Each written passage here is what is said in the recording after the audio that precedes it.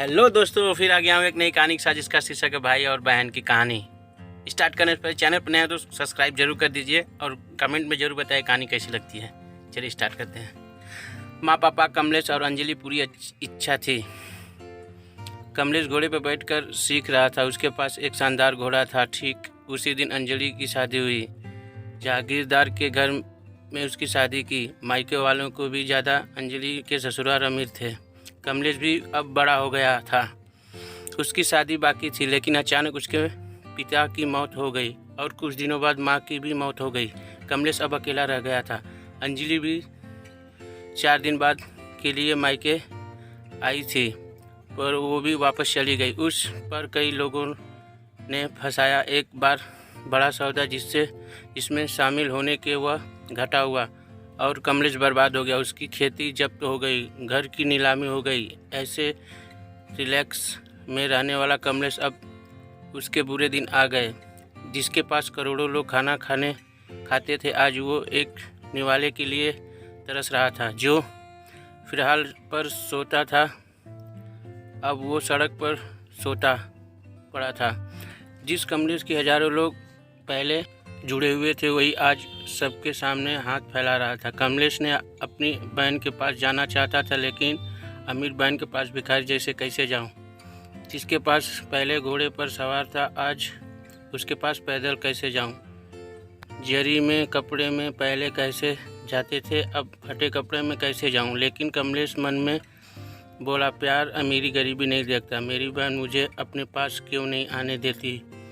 बुरा से मुमकिन नहीं है ये कि वो मेरी हालत की वजह से मुझे बहुत ज़्यादा। वह बहन के पास दरवाजे पर खड़ा ऊपर छत से बहन देख रही थी। कमलेश ने ऊपर देखा तो बहन अंदर चली गई। कमलेश को लगा बहन नीचे मिलने के लिए आ रही होगी, पर कोई नहीं आया। दरवाजे पर नौकर ने पूछा, कौन हो तुम? यहाँ क्यों, क्या करते हो? चारों के जैसे वो वहाँ से निकलो, बोला कमलेश। मेरी बहन का घर है, ये मैं अंदर जाने दो। नौकर हंसकर घर में वापस गया। कमलेश को तब जाकर पता चला, आज आप खाना लाकर देते हैं, वह खा लो और यहाँ से चले जाओ।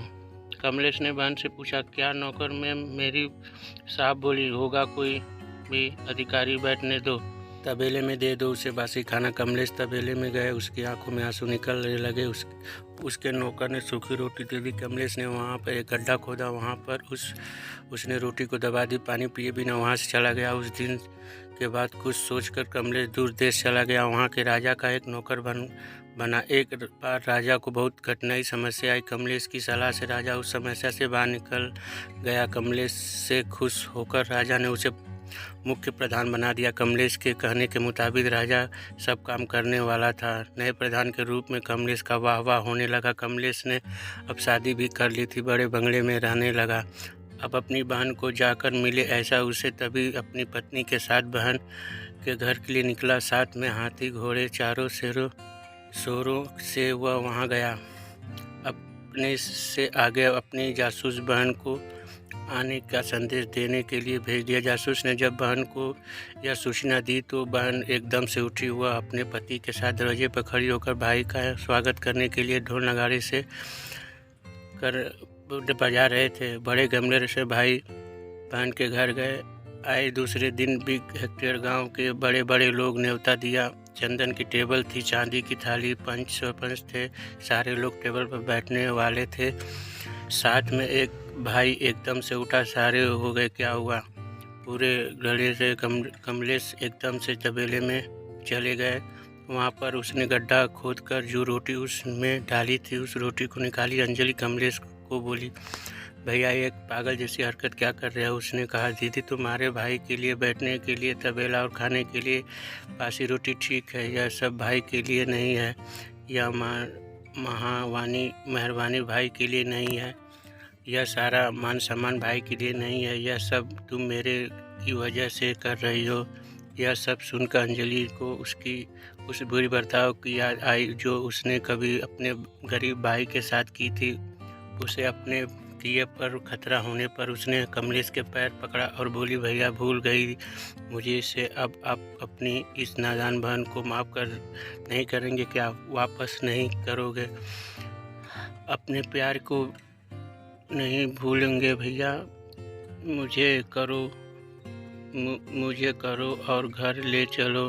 भाई कमलेश ने अंजलि के आंसू पोंछे। कैसी लगी कहानी दोस्तों ज़रूर बताएं। चैनल पर नए सब्सक्राइब जरूर करते हैं, कमेंट में ज़रूर बताएं कहानी कैसी लगती है।